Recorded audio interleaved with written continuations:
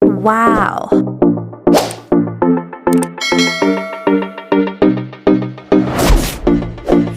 Chibokajim everyone, so let's get started for illnesses in Korean prices.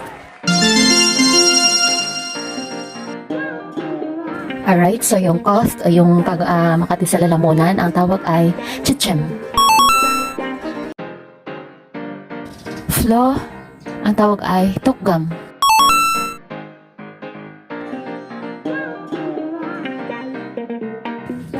Okay, yung tumor or tumor, ang tawag po ay chongyang. Mamiting korok. Paralysis mabi. Poisoning o lalason, ang tawag ay chongdok.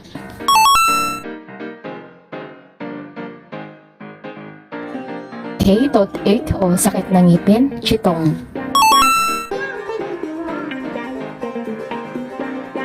Stomachache o sakit ng tiyan ay puktong. Constipation, pyeonbi.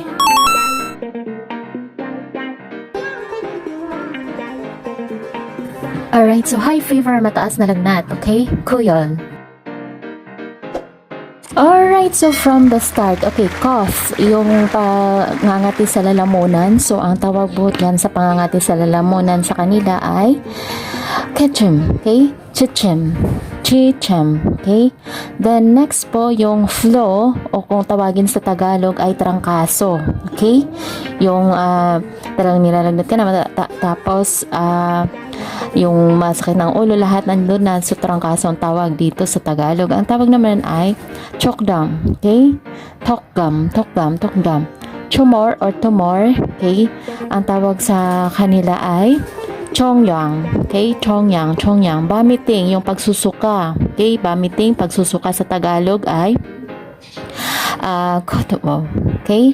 Koto, okay? Then, paralysis or paralyze, mabe. Poisoning, okay, yung pagkalason, okay? So, ang tawag po dyan sa kanila, yung pagkalason ay chongkok, okay? Chongdok.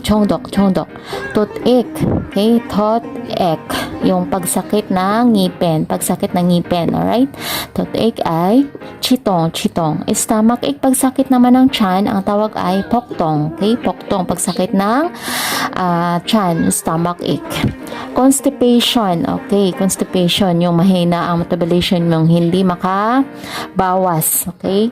So, ang tawag po ay pyeonbi, constipation, pyeonbi. High fever, mataas ang lagnat, ang tawag ay kuyal.